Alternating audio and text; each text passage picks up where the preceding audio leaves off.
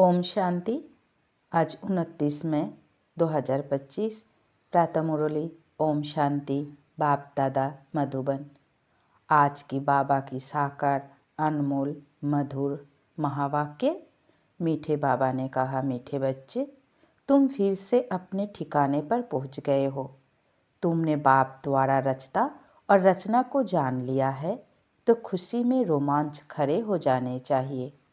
आज का प्रश्न है, इस समय बाप तुम बच्चों का श्रृंगार क्यों कर रहे हैं? इस समय बाप तुम बच्चों का श्रृंगार क्यों कर रहे हैं? उत्तर, क्योंकि अभी हमें सज धज कर विष्णुपुरी यानी ससुर घर में जाना है। हम इस ज्ञान से सजकर विश्व के महाराजा महारानी बनते हैं। अभी संगम युग पर है, बाबा टीचर बनकर पढ़ा रहे हैं, प्यार घर से ससुर घर ले जाने के लिए। आज का गीत, आखिर वह दिन आया आज। ओम शांति। मीठे मीठे स्वीट चिल्ड्रेन, मीठे मीठे सिकिलधे बच्चों ने गीत सुना। तुम बच्चे ही जानते हो कि आधा कल्प जिस मासूक को याद किया है, आखिर वह मिले है। दुनिया यह नहीं जानती कि हम कोई आधा कल्प भक्ति करते हैं, मासूक बाप को पुकारते हैं। हम आशिक है, वह मासूक है, यह भी कोई नहीं जानते। बाप कहते हैं, रावण ने तुमको बिल्कुल ही तुच्छ बुद्धि बना दिया है, खास भारतवासियों को। तुम देवी देवता थे, यह भी भूल गए हो, तो तुच्छ बुद्धि हुए। अपने धर्म को भूल जाना, यह है तुच्छ बुद्धि का काम। अभी यह सिर्फ तुम ही जानते हो। हम भारतवासी स्वर्गवासी थे, यह भारत स्वर्ग था। थोड़ा ही समय हुआ है। 1250 वर्ष तो सतयुग था और 1250 वर्ष राम राज्य चला। उस समय अथाह सुख था। सुख को याद कर रोमांच खड़े हो जाने चाहिए। सतयुग, त्रेता, द्वापर, कली यह पास हो गए। सतयुग की आयु कितनी थी, यह भी कोई नहीं जानते। लाखों वर्ष कैसे हो सकती है? अभी बाप आकर समझाते हैं, तुमको माया ने कितना तुच्छ बुद्धि बना दिया है। दुनिया में कोई अपने को तुच्छ बुद्धि समझते नहीं हैं। तुम जानते हो, हम कल तुच्छ बुद्धि थे। अभी बाबा ने इतनी बुद्धि दी है, जो रचता और रचना के आदि मध्य अंत को हम जान गए हैं। कल नहीं जानते थे, आज जाना है। जितना जितना जानते जाते हैं, उतना खुशी में रोमांच खड़े होते जाएंगे। हम फिर से अपने ठिकाने पर पहुँचते हैं। बरोबर बाप ने हमको स्वर्ग की राजाई दी थी, फिर हमने गवा दी। अभी पतित बन पड़े हैं। सतयुग को पतित नहीं कहेंगे, वह है ही पावन दुनिया। मनुष्य कहते हैं, हे पतित पावन आओ। रावण राज्य में पावन ऊंच कोई हो ही नहीं सकता। ऊंचते ऊंच बाप के बच्चे बने तो ऊंच भी बने। तुम बच्चों ने बाप को जाना है, सो भी नंबरवार पुरुषार्थ अनुसार। अपने दिल से सवेरे उठकर पूछो, अमृत वेले का समय अच्छा है। सवेरे अमृत वेले बैठकर यह ख्याल करो, बाबा हमारा बाप भी है, टीचर भी है। ओ गॉड फादर, हे परमपिता परमात्मा तो कहते ही है। अभी तुम बच्चे जानते हो, जिसको याद करते हैं, हे भगवान, अभी वे हमको मिला है। हम फिर से बेहद का वर्षा ले रहे हैं। वह है लौकिक बाप, यह है बेहद का बाप। तुम्हारा लौकिक बाप भी उस बेहद के बाप को याद करते हैं, तो बापों का बाप पतियों का पति वह हो गया। यह भी भारतवासी ही कहते हैं, क्योंकि अभी मैं बापों का बाप पतियों का पति बनता हूँ। अभी मैं तुम्हारा बाप भी हूँ। तुम बच्चे बने हो, बाबा बाबा कहते रहते हो। अभी फिर तुमको विष्णुपुरी ससुर घर ले जाता हूँ। यह है तुम्हारे बाप का घर, फिर ससुर घर जाएंगे। बच्चे जानते हैं, हमको बहुत अच्छा श्रृंगारा जाता है। अभी तुम प्यार घर में हो ना, तुमको पढ़ाया भी जाता है। तुम इस ज्ञान से सजकर विश्व के महाराजा महारानी बनते हो। तुम यहाँ आए ही हो विश्व का मालिक बनने। तुम भारतवासी ही विश्व के मालिक थे, जबकि सतयुग था। अभी तुम ऐसे नहीं कहेंगे कि हम विश्व के मालिक हैं। अभी तुम जानते हो भारत के मालिक कलयुगी है, हम तो संगम युगी है।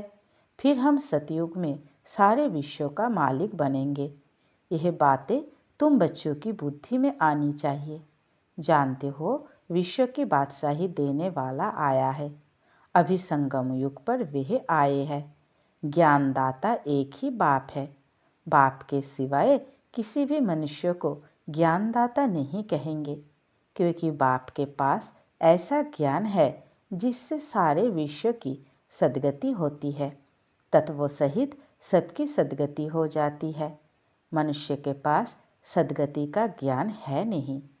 इस समय सारी दुनिया तत्व सहित तमोप्रधान है। इसमें रहने वाले भी तमोप्रधान हैं। नई दुनिया है ही सतयुग, उसमें रहने वाले भी देवता थे, फिर रावण ने जीत लिया, अब फिर बाप आया हुआ है। तुम बच्चे कहते हो हम जाते हैं बाप दादा के पास। बाप हमको दादा द्वारा स्वर्ग की बादशाही का वर्षा देते हैं। बाप तो स्वर्ग की बादशाही देंगे, और क्या देंगे। तुम बच्चों की बुद्धि में यह तो आना चाहिए ना, परंतु माया भुला देती है, स्थायी खुशी रहने नहीं देती है। जो अच्छी रीति पढ़ेंगे पढ़ाएंगे वही उच्च पद पाएंगे। गाया भी जाता है सेकंड में जीवन मुक्ति। पहचानना एक ही बार चाहिए ना।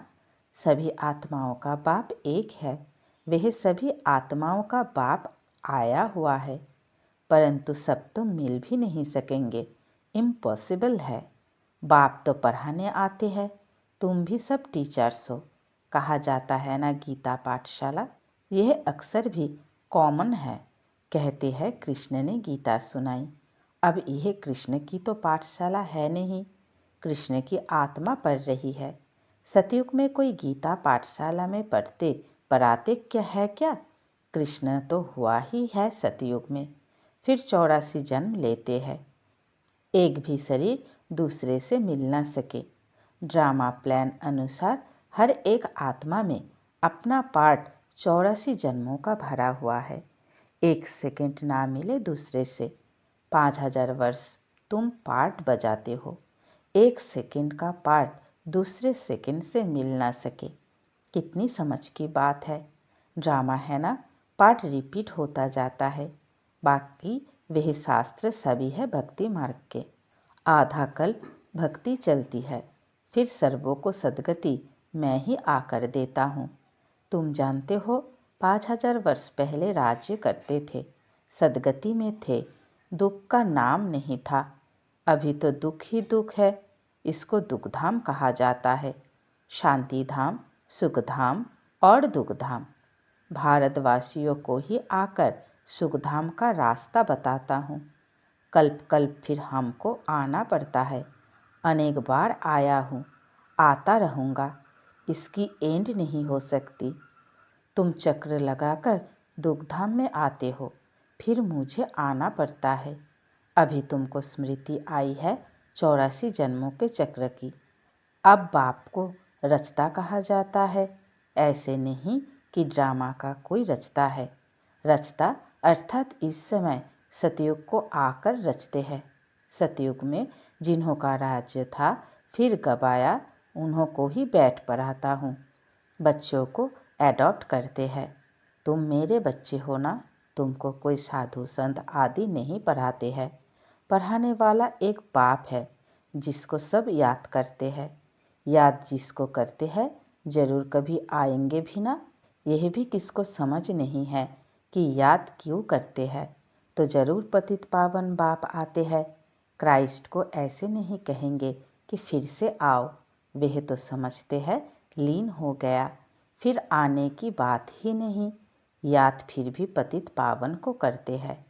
हम आत्माओं को फिर से वर्षा दो।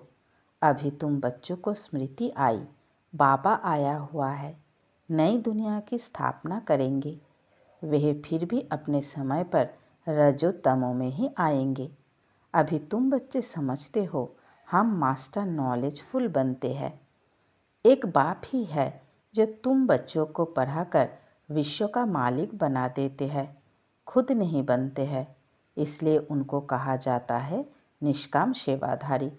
मनुष्य कहते हैं हम फल की आस नहीं रखते हैं, निष्काम सेवा करते हैं, परंतु ऐसे होता नहीं है।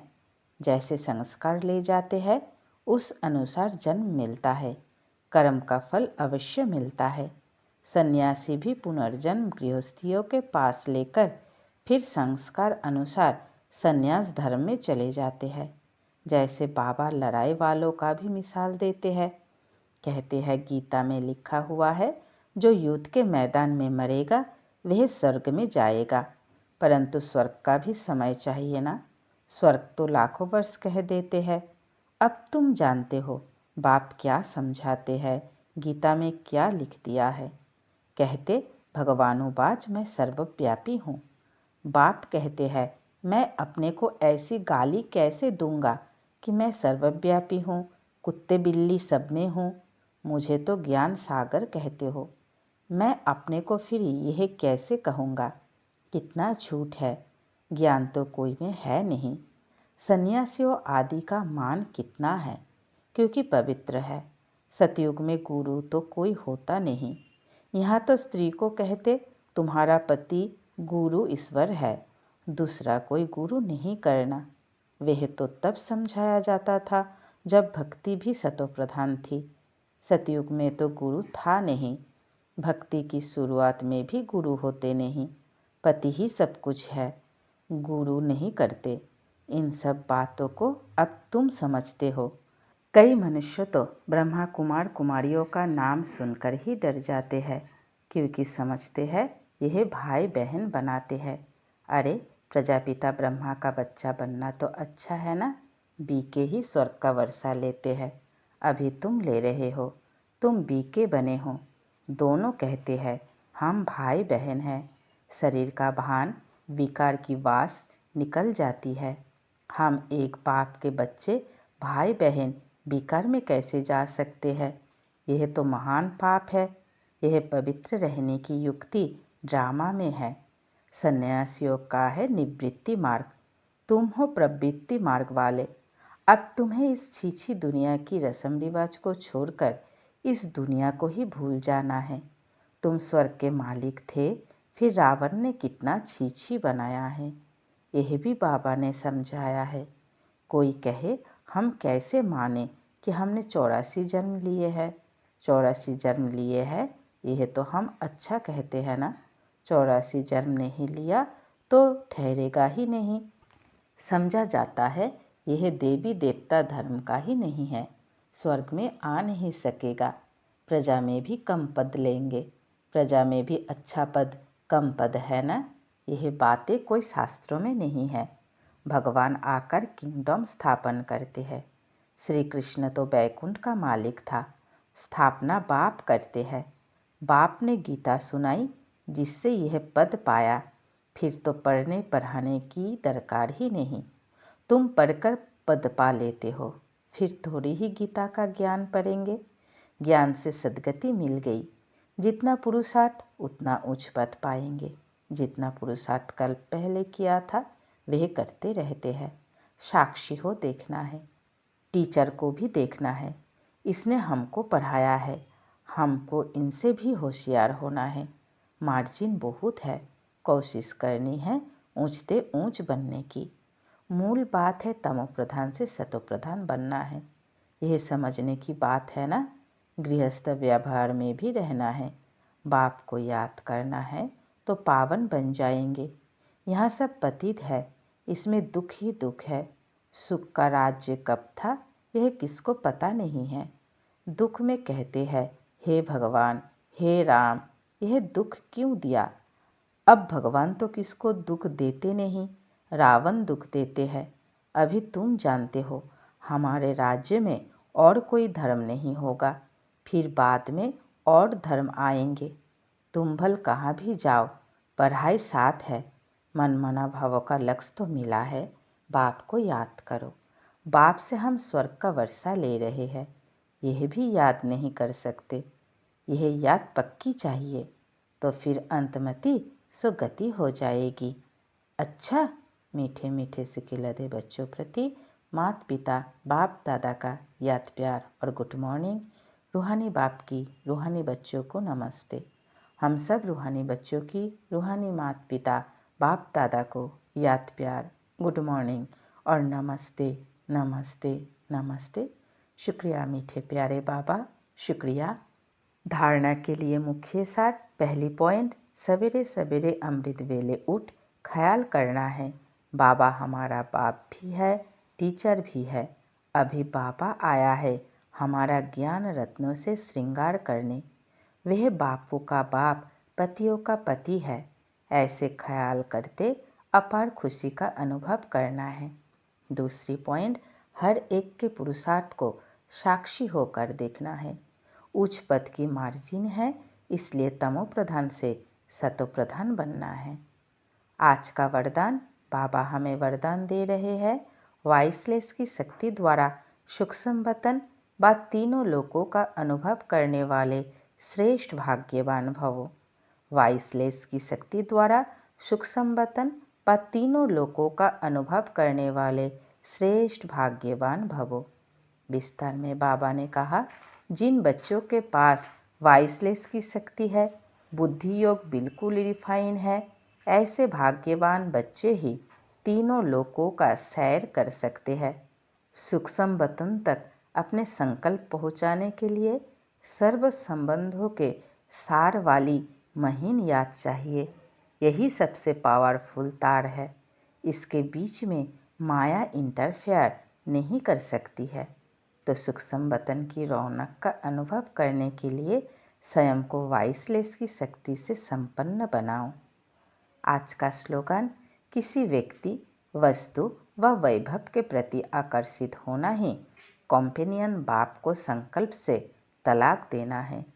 किसी व्यक्ति, वस्तु व वैभव के प्रति आकर्षित होना ही कंपेनियन बाप को संकल्प से तलाक देना है।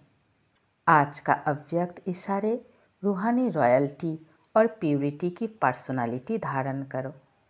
पवित्रता संगम युगी ब्राह्मणों के महान जीवन की महानता है। पवित्रता ब्राह्मण जीवन का श्रेष्ठ श्रृंगार है। जैसे स्थूल शरीर में विशेष श्वास चलना आवश्यक है, श्वास नहीं तो जीवन नहीं, ऐसे ब्राह्मण जीवन का श्वास है पवित्रता। 21 जन्मों की प्रारब्ध का आधार अर्थात फाउंडेशन पवित्रता है। अच्छा, ओम शांति।